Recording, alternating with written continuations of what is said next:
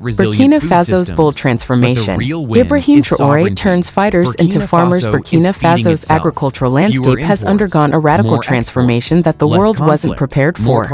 Under the leadership of Captain Ibrahim Traoré, a man who didn't just confront militant forces but also turned their aggression into something constructive, a revolution is unfolding in the heart of West Africa.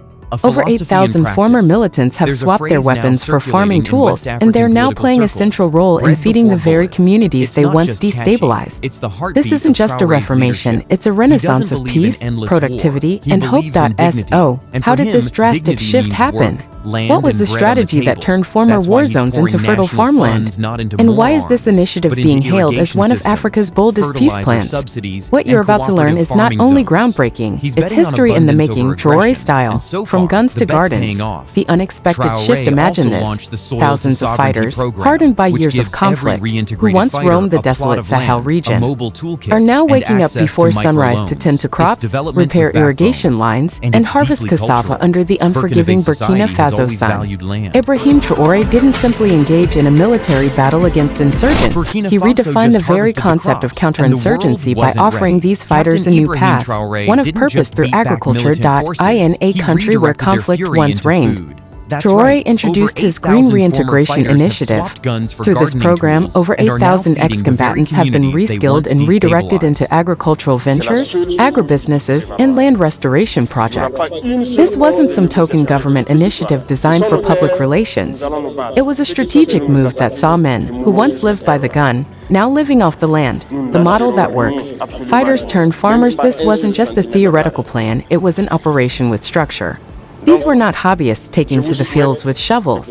They are now trained agricultural operatives, applying the same discipline they once used for military campaigns to farming. Ibrahim Traoré converted decommissioned military units into what he called agro-battalions, where the rigorous routines and hierarchy of military life merged with the productivity of farming. The result? These battalions are now cultivating vast fields of rice, millet, onions, tomatoes, and more spread across thousands of hectares. The agro-battalion system. A military-grade agricultural operation. Every one of these battalions works with specific roles and responsibilities. Traoré's ingenuity lay in decentralizing agricultural hubs, where groups of 100 ex-fighters were paired with agronomists, irrigation engineers, and soil experts. This allowed for specialized farming, where the focus was on sustainability, efficiency, and maximizing output. The farmers aren't simply growing crops. They're transforming the land, cultivating far more than what typical commercial farms in the region could produce.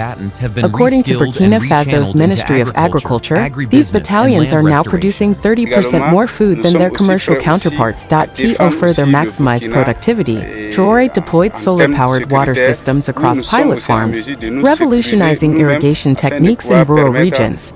These agricultural brigades have proven to be incredibly efficient and have even become self-sustaining, producing food not only for local markets but also for schools, orphanages, and military kitchens. It's a closed-loop system of supply, service, and security, one that is healing and feeding the nation, turning fear into food. A social and economic shift at the heart of Traoré's plan is a commitment to turning former enemies into allies. His belief in giving these fighters an off-ramp rather than pursuing endless conflict. Many of these men weren't hardened terrorists driven by ideology. They were simply young people with limited options in life. Traoré created an opportunity for them. He offered paid training, land parcels, seed capital, and the chance to build a new future. Communities that once feared these fighters are now interacting with them in local markets, trading goods, and working side by side to rebuild their economies. The transformation is palpable. Areas once ravaged by violence are now thriving with commerce. Security forces in regions like Somme and BM have seen a dramatic reduction in terror-related activities, as villages that were once abandoned are gradually seeing families return, and markets that once shuttered at night now buzz with trade. The country's rural GDP is climbing, and agricultural exports, especially cashews, sesame, and yams, are up by 22% from the previous year. Self-sustained growth. A vision for the future. What sets Traoré's strategy apart is its focus on self-sustained growth. Unlike many other African nations that rely on external aid, Burkina Faso's agricultural revival is powered from within. Traore cleverly redirected the resources once used for military logistics, like trucks, supply lines, and barracks, into agricultural support systems. It's the African version of an industrial policy that combines military-grade efficiency with grassroots agricultural development. The world is taking notice, with cautious foreign investment slowly trickling in, particularly in eco-agriculture and climate-resilient food systems. But the biggest win? Sovereignty. Burkina Faso is feeding itself. With fewer imports and more exports, it's becoming less reliant on foreign assistance and more confident in its own abilities to secure its future. This is what true governance looks like, not in sterile boardrooms, but in the fields where bread is literally grown from the ground. The Soil to Sovereignty program. Rebuilding identity through work. One of the most transformative elements of Traore's initiative is his Soil to Sovereignty program. This program gives every reintegrated fighter a plot of land, a mobile toolkit, and access to microloans.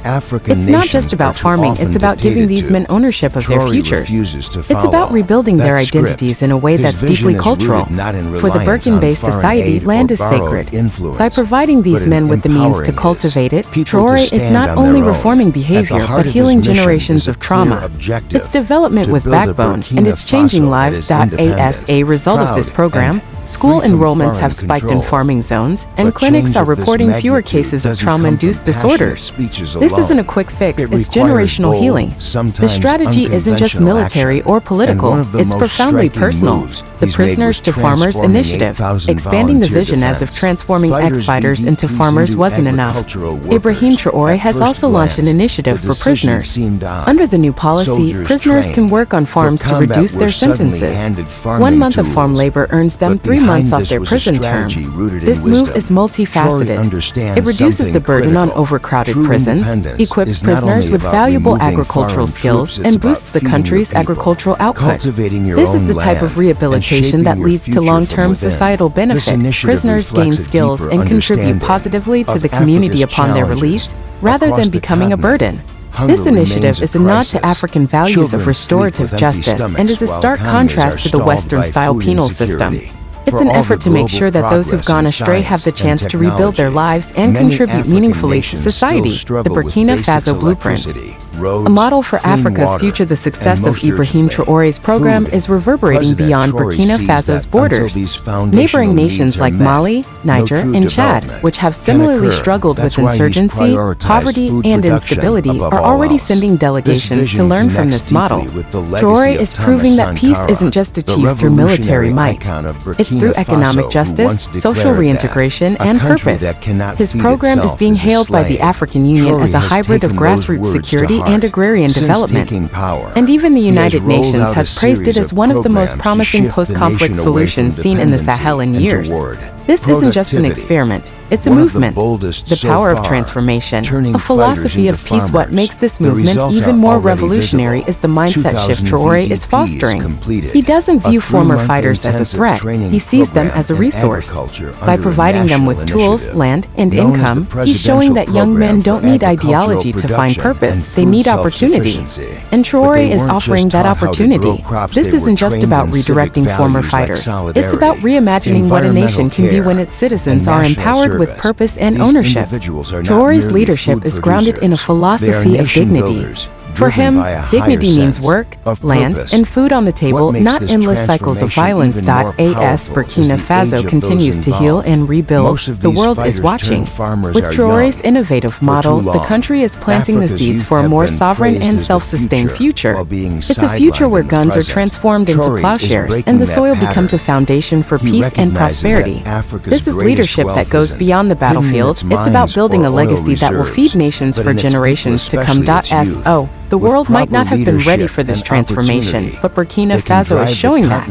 With the right vision and the courage to act, even the most difficult of battles can be won by planting seeds, literally and metaphorically. The revolution in Burkina Faso is far from over. It's only just begun.